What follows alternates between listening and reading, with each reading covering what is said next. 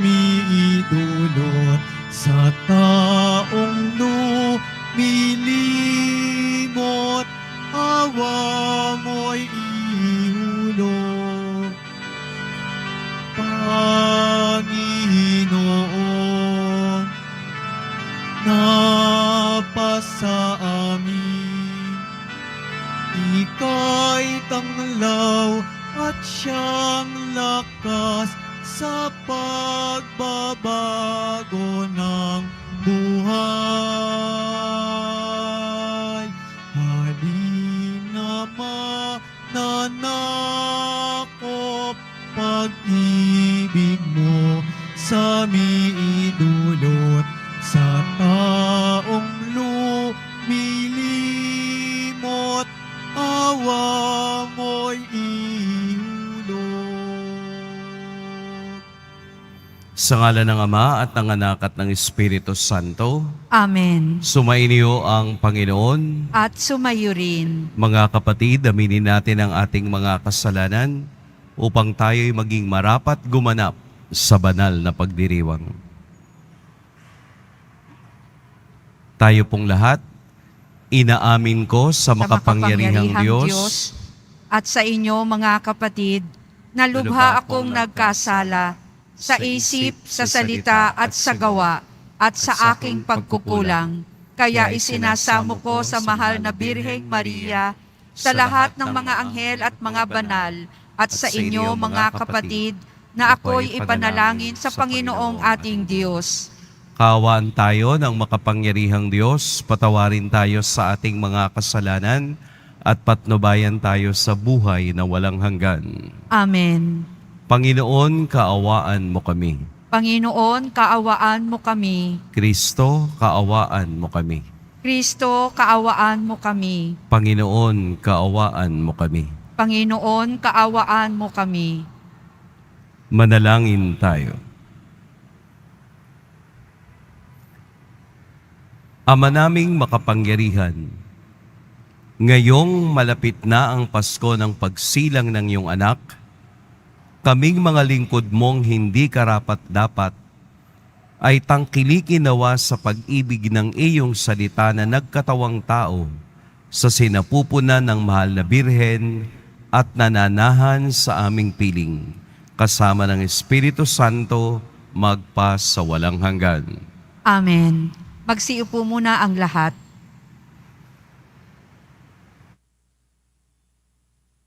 Pagbasa mula sa aklat ni Propeta Malakiyas. Narito ang pahayag na makapangyarihang Panginoon. Ipadadala ko ang aking sugo upang ihanda ang daraanan ko. At ang Panginoon na inyong hinahanap ay biglang darating sa kanyang templo. Darating ang pinakahihintay ninyong sugo at ipahahayag ang aking tipan. Ngunit sino makatatagal pagdating ng araw na iyon? Sino makahaharap pag siya'y napakita na? Siya'y parang apoy na nagpapadaligisay sa bakal at parang matapang na sabon. Darating siya para humatol at dadalisay niya ang mga saserdote tulad ng pagdalisay sa pilak at ginto. Sa gayon, magiging karapat-dapat silang maghandog sa Panginoon at ang mga handog na dadalhin ng mga taga-Huda at Jerusalem ay magiging kalugod-lugod sa Kanya tulad ng dati. Ngunit bago dumating ang nakahihindik na araw ng Panginoon, isusugo ko sa inyo si Propeta Elias. Muling magkakalapit ang loob ng mga ama't mga anak. Kung hindi, mapipilitan akong pumarian at wasakin ang inyong bayan. Ang salita ng Diyos. Salamat sa Diyos. Itaas niyo ang paningin, kaligtasay dumarating. Itaas nyo ang paningin, kaligtasay dumarating. Ang kalooban mo'y ituro, O Diyos. Ituro mo sana sa abamong lingkod. Ayon sa matuwid, ako ay turuan, ituro mo poon ang katotohanan. Itaas nyo ang paningin, kaligtasay dumarating. Mabuti ang puon at makatarungan sa mga salari, guro at patnubay. Sa mababang loob, siya yaong gabay at nagtuturo ng kanyang kalooban. Itaas nyo ang paningin, kaligtasay dumarating. Tapat ang pag-ibig, siya'y umaakay sa tumatalima sa utos at tipan. Sa tumatalima, siya'y kaibigan at tagapagturo ng banal na tipan. Itaas nyo ang paningin, kaligtasay dumarating. Tumayo na po ang lahat.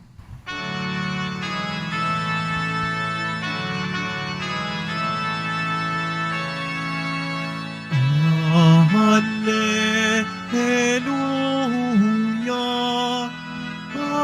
Hallelujah,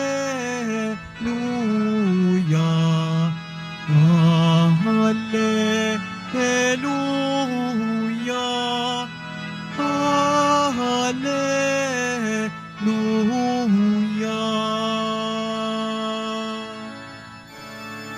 Harit batong panulukang saligan ng sambayanan, halina't kami idangan. Hallelujah, Hallelujah, Hallelujah,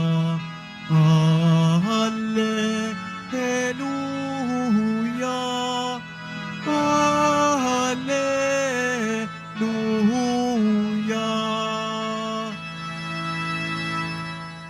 Sumainyo ang Panginoon. At sumayo rin. Ang mabuting balita ng Panginoon ayon kay San Lucas. Papuri sa iyo, Panginoon. Dumating ang araw, ang oras ng panganganak ni Elizabeth. At nagluwal siya ng isang sanggol na lalaki. Nabalitaan ng kaniyang mga kapitbahay at mga kamag-anak na siya'y pinagpala ng Panginoon at nakigalak sila sa kaniya. Nang ikawalong araw, dumalo sila sa pagtutuli ng sanggol. Sakarias sana ang ipangangalan sa kaniya, gaya ng kaniyang ama. Ngunit sinabi ng kaniyang ina, hindi, Juan ang ipangangalan sa kaniya. Subalit wala isa man sa iyong mga kamag-anak ang may ganyang pangalan, wika nila. Kaya't hinudyatan nila ang kaniyang ama at tinanong kung ano ang ibig niyang itawag sa sanggol. Humingi siya ng masusulatan at sumulat ng ganito, Juan ang kaniyang pangalan. At namangha silang lahat. Pagdakay, nakapagsalita siya at nagpuri sa Diyos. Natakot ang lahat ng kanilang kapitbahay. Ano pat naging usap-usapan sa buong kaburulan ng Judea ang mga bagay na ito. Pinakaisip-isip ito ng lahat ng nakaalam at ang kanilang tanong, magiging ano kaya ang batang ito? Sapagkat maliwanag na sumasa kaniya ang Panginoon. Mga kapatid, ang mabuting balita ng Panginoon. Pinupuri ka namin, Panginoong Hesukristo. Magsiupo muna ang lahat. Magandang umaga po sa lahat. Sa mga bago pa lamang nagsisimba at sa mga dumadalo ng simbang gabi, marahil ay nabubuo na sa inyong isipan ang iba't ibang karakter para sa mga susunod na araw, mauunawaan natin kung ano ang tunay na kahulugan ng Pasko. Sa araw na ito, isinilang si Juan Bautista sa ating ebanghelyo, kung saan ang kaniyang mga kapitbahayan at kamag-anak ay nakigalak sa kanila. Maganda, no? Mga kapitbahayan at kamag-anak ay nakigalak. Maganda yung pagkakasabi sa Ebanghelyo. Nakigalak dahil sa pagpapala ng Diyos na nakita nila sa mag-asawa. Nakikigalak dahil sa panahon nila noon, sa kultura nila noon, ang pagiging walang anak ay katulad ng isang sumpa. Kaya gayon na lamang ang kagalakan ng mga kamag-anak ng si Juan Bautista ay kanilang ipinanganak. Ganon din sa Ebanghelyo makikita kung papaanong ang pananahimik ni Zacarias ng 9 na buwan na pagiging pipi at bingi ay nagkaroon na ng kasagutan. Nung araw ding iyon, siya ay nakapagsalita at magpupuri sa Diyos. Sa gitna ng misteryong hindi natin maunawaan, sa gitna ng pangyayari sa ating buhay na hindi halos matalos ng ating kaisipan, magandang regalo ng Diyos ang katahimikan.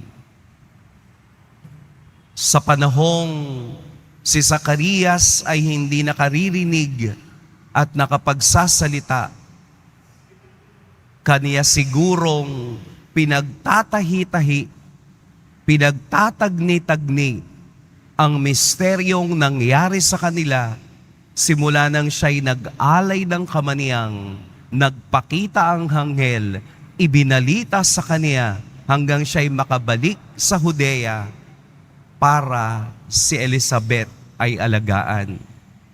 9 na buwan na walang naririnig, 9 na buwan na walang sinasabi.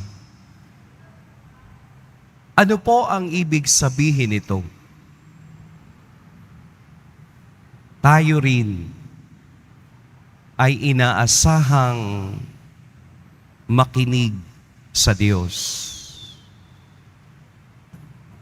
Tayo rin ay inaasahang balikan ang ating buhay upang makita natin kung ang akin bang ngayon o ang aking present time ay tumutugma sa regalo ng Diyos sa darating na Kapaskuhan.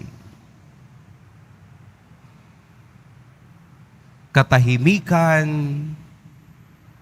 pakikinig. Sa panahon ngayon, kulang na ito. Sa panahon ngayon, siguro lahat ng tao aligaga. Ano pong ibig sabihin ng aligaga? So much, too much, being busy. Yun bang busy sa wala namang katuturan? Gustong-gustong makisiksikan sa Divisoria. Talagang makikisabay sa agos ng tao. Makikikalkal sa lahat ng mga sale. Nag-iisip kung ano yung lulutuin bukas ng gabi. Maganda yung kapitbahayan nila. Nakikigalak sa kanila. Kaya kung maghahanda kayo bukas at sa Pasko, iimbitahan nyo lang yung taong makikigalak. Hindi yung taong mang-aalipusta. Lalo na kung maghahanda kayo ng salad. Dahil nakikain na yan, sasabihin pa sa iba, ang tabang, no?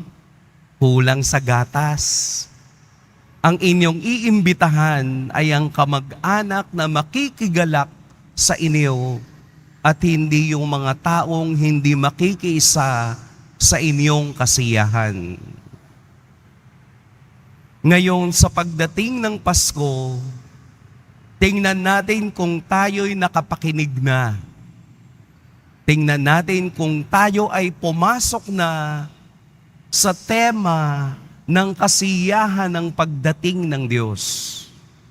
Sapagkat ang unang Pasko ay napakasimple at napakapayak.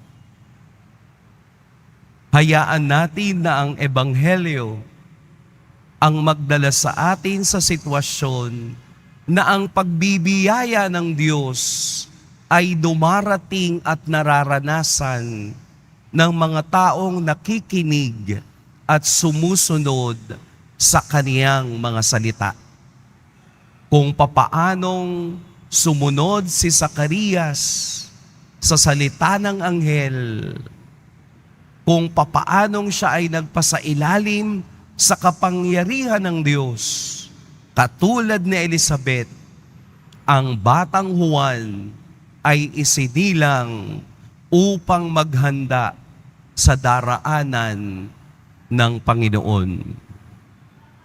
Kaya ang tanong, what's in a name? Ano ang nasa pangalan? Bakit special na Juan ang ipapangalang gayong hindi ito nakasunod sa Ama? Sapagkat ang lahat ng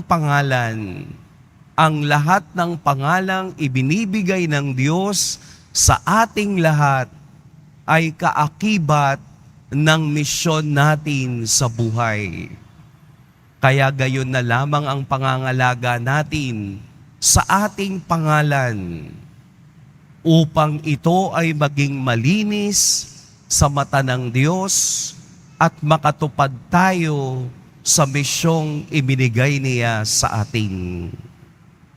Kaya po pangalagaan natin, hayaan nating ang pangalang ibinigay ng Diyos ang siyang magbigay sa atin ng karakter, na magbigay sa atin ng pagkakakilanlan, sapagkat simula pa lang tayo ay itinatalaga ng Diyos sa iisang misyon ng kaniyang pagliligtas. Kung papaanong ang pangalang Juan ay iniukit sa kalangitan, sana ang atin din pangalan ay makasama sa gayong katuturan. Huwag nating laruin ang pangalang ibinibigay natin sa ating mga anak. Bagkus pangalang nakaugnay sa Diyos, nakaugnay sa misyon ng bawat isa. Kung papaanong isinabuhay ni Zacarias at Elizabeth ang misyon nilang ihanda ang batang ito, ganun din ihanda natin ang ating sarili sa pakikinig sa mensahe ng Diyos, ang mensahe ng kaniyang pag-ibig at mensahe ng kaniyang awa. Pagpalain tayo ng poong may kapal. Tumayo na po ang lahat.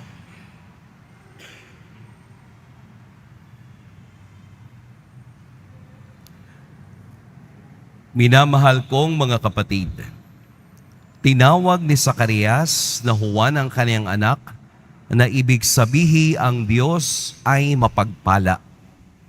Taglay ang pagtitiwala sa pagiging mapagpala at bukas palad ng Diyos. Idalangin natin, Panginoon, maging bukas palad ka nawa at pagpalain kami. Panginoon, maging bukas palad ka nawa at pagpalain kami. Ang simbahan at mga pinuno ng pamahalaan naway tunay na maipakita ang pagiging bukas palad ng Diyos sa kanilang mapagmahal at matiyagang paglilingkod sa bayan ng Diyos. Manalangin tayo. Panginoon, maging bukas palad ka nawa at pagpalain kami. Ang ating pangalan at karangalan naway pahalagahan natin bilang Kristiyano upang makatupad tayo sa ating mga pangako sa binyag. Manalangin tayo. Panginoon, maging bukas palad ka nawa at pagpalain kami. Ang mga pamilya naway papagdibaguhin ang kanilang pagmamahalan, pagkakaisa at pagtataguyod sa bawat isa. Manalangin tayo. Panginoon, maging bukas palad ka nawa at pagpalain kami. Ang mga may sakit naway makaranas ng ginhawa at kapanatagan dahil sa mga panalangin at pagpapalakas ng loob mula sa kanilang mga pamilya at kaibigan. Manalangin tayo. Panginoon, maging bukas palad ka nawa at pagpalain kami. Ang mga yumao naway makatuloy sa lahanan ng ating Ama sa Langit. Manalangin tayo. Panginoon, maging bukas palad ka nawa at pagpalain kami. Panginoong Diyos, nawa ay mahikayat kami ng buhay ni San Juan Bautista sa higit na kabanalan. Puspusin mo kami ng kanyang espiritu habang nagsisikap kami sa paglilingkod sa iyong bayan. Hinihiling namin ito sa pamamagitan ni Kristong aming Panginoon. Amen. Magsiupo muna ang lahat.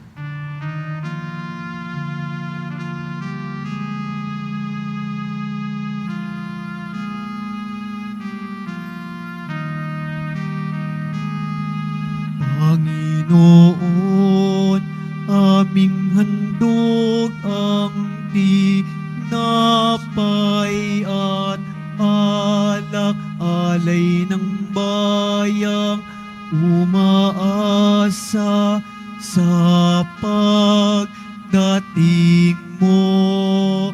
Gayon din aming hinahanda ang aming puso upang dito'y manahan ka sa pagdating mo.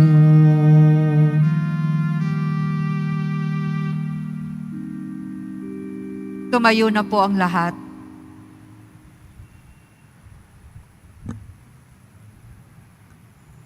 Manalangin kayo mga kapatid upang ang paghahain natin ay kalugdan ng Diyos amang makapangyarihan.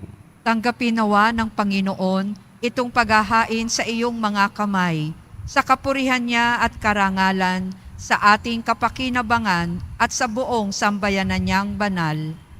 Ama naming lumikha, ang paghahaing ito na nagdudulot sa amin ng ganap na pagsamba sa iyong kadakilaan ay maging lubos nawang pakikipagkasundo namin sa iyo upang may pagdiwang namin ng may dalisay na loob ang pinagbuhatan ng aming manunubos na namamagitan kasama ng Espiritu Santo magpa sa walang hanggan. Amen. Sumainyo ang Panginoon. At sumayo rin. Itaas sa Diyos ang inyong puso at diwa.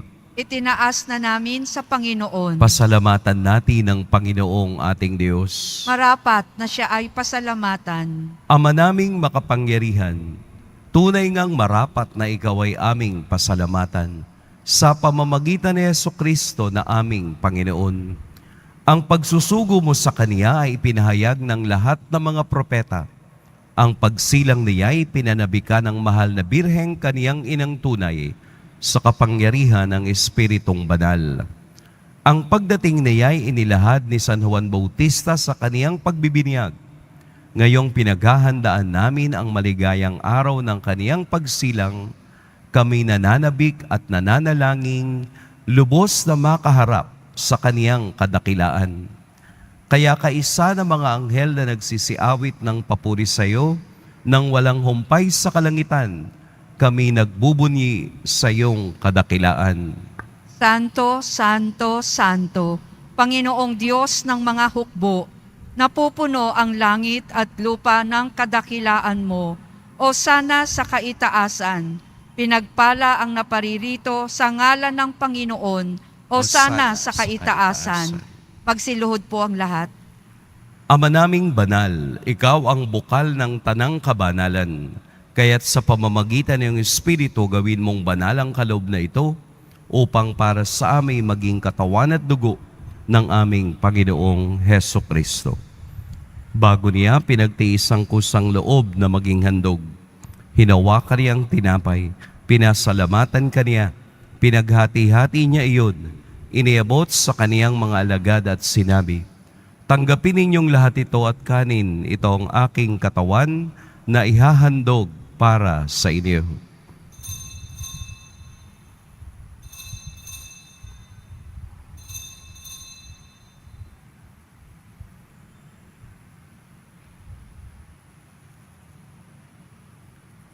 Gayun din naman, noong matapos ang hapunan, hinawakan niya ang kalis, muli kaniyang pinasalamatan. Inabot niya ang kalis sa kaniyang mga alagad at sinabi, "Tanggapin ninyong lahat ito at inumin, ito ang kalis ng aking dugo, ng bago at walang hanggang tipan, ang aking dugo na ibubuhos para sa inyo at para sa lahat, sa pagpapatawad ng mga kasalanan. Gawin ninyo ito sa pag-alala sa akin."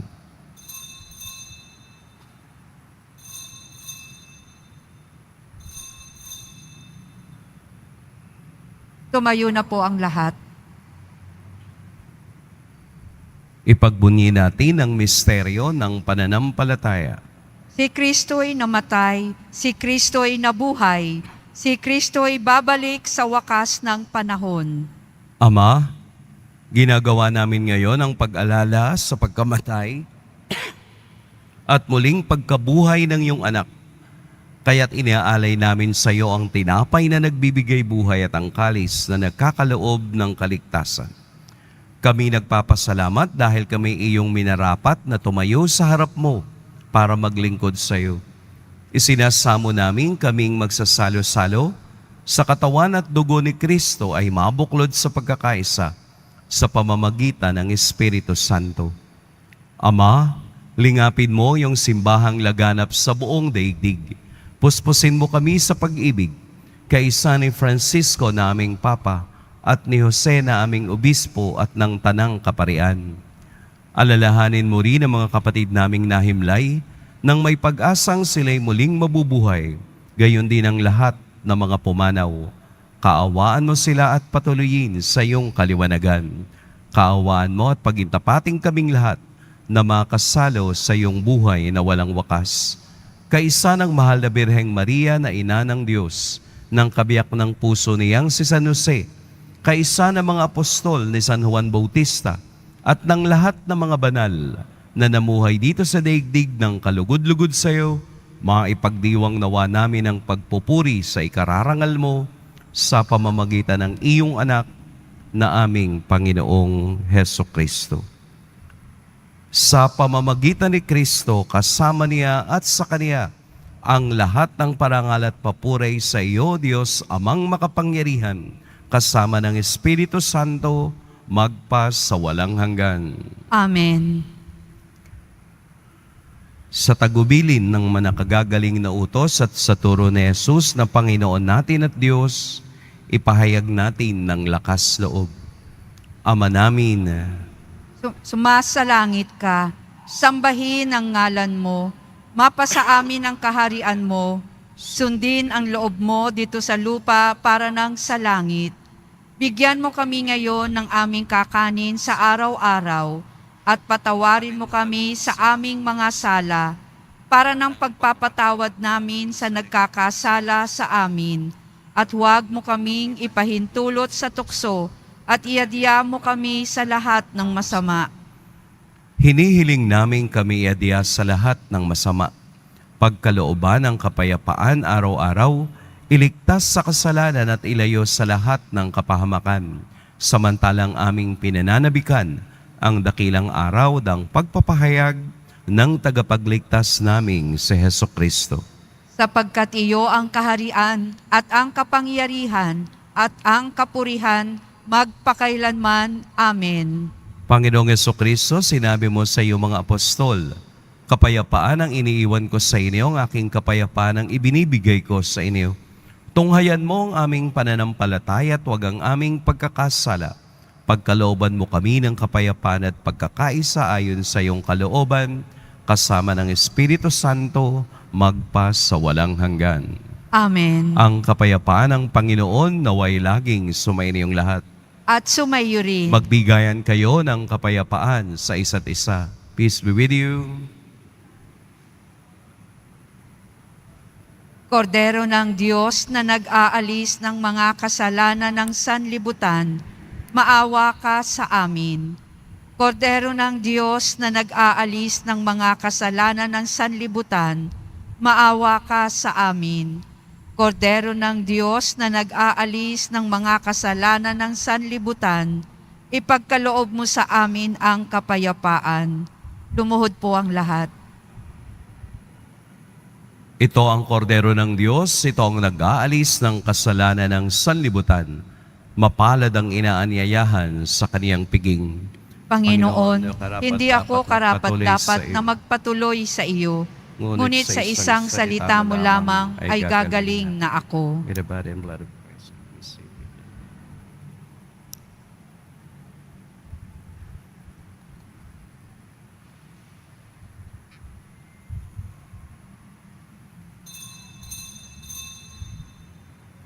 Para sa lahat ng tatanggap ng banal na komunyon, sasagot po tayo ng amen pagkasabi ng pari o ng lay minister ng katawan ni Kristo at isubo agad sa bibig bago umalis sa harapan ng pari o lay minister. Sumunod po tayo. Maraming salamat po.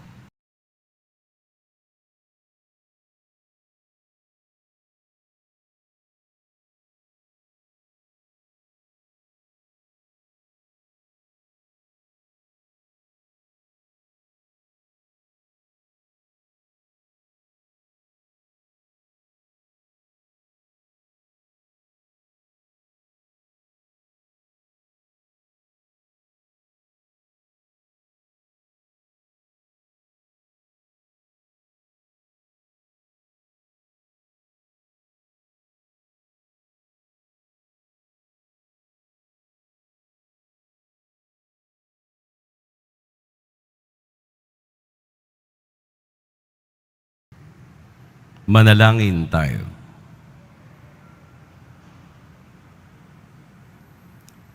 Ama naming mapagmahal, kaming pinapagsalo mo sa piging na banal, ay pagkalooban mo ng iyong kapayapaan upang kami makapaghintay at makasalubong ng may ilawang nagdiringas para sa pagdating ng pinakamamahal mong anak na namamagitan kasama ng Espiritu Santo magpa sa walang hanggan. Amen. Sumainyo ang Panginoon. At sumayo rin. Imuko kayo para sa pagbabasbas.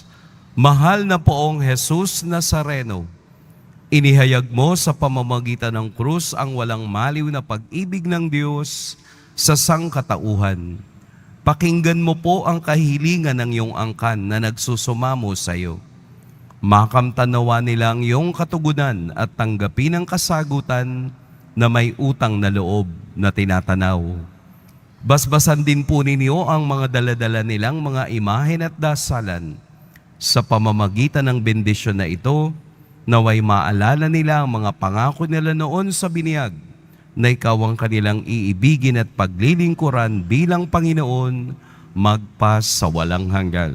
Amen. At pagpalain kayo ng makapangyarihan at mapagmahal na Diyos, ang Ama at Anak at Espiritu Santo. Amen. Tapos na ang ating pagdiriwang, humayo kayong taglayang kapayapaan ng poong Jesus Nazareno. Salamat sa Diyos.